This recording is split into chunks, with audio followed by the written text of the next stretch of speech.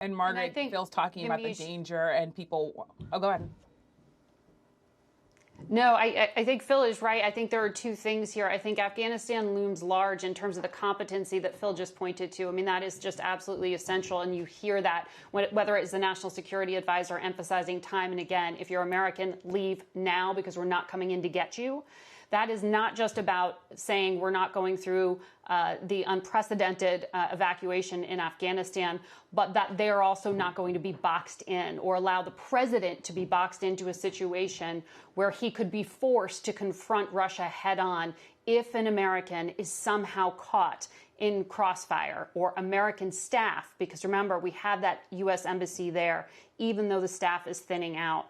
But I would also say, in terms of what President Biden ran on, he also framed his entire presidency as about returning America to the world stage, about redefining who America is and reminding the world about the international rules-based order, which sounds like really wonky foreign policy stuff, but it's everything in terms of just how the world has functioned since World War II.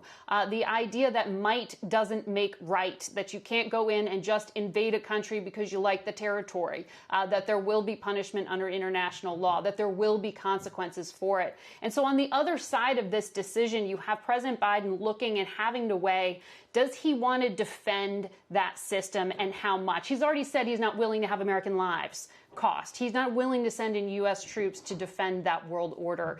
But he has to do something here. And he has to flex that muscle, because on the other side of this potentially is a much riskier world.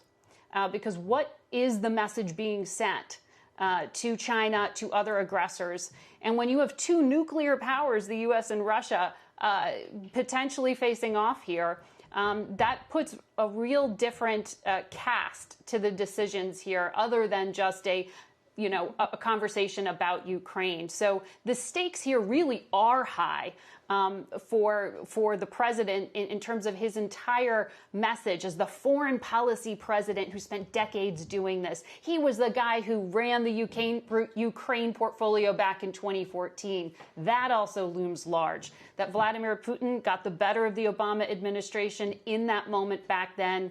He did seize the territory. He didn't back down. And now President Biden wants to show that he learned that lesson, that he won't get caught again.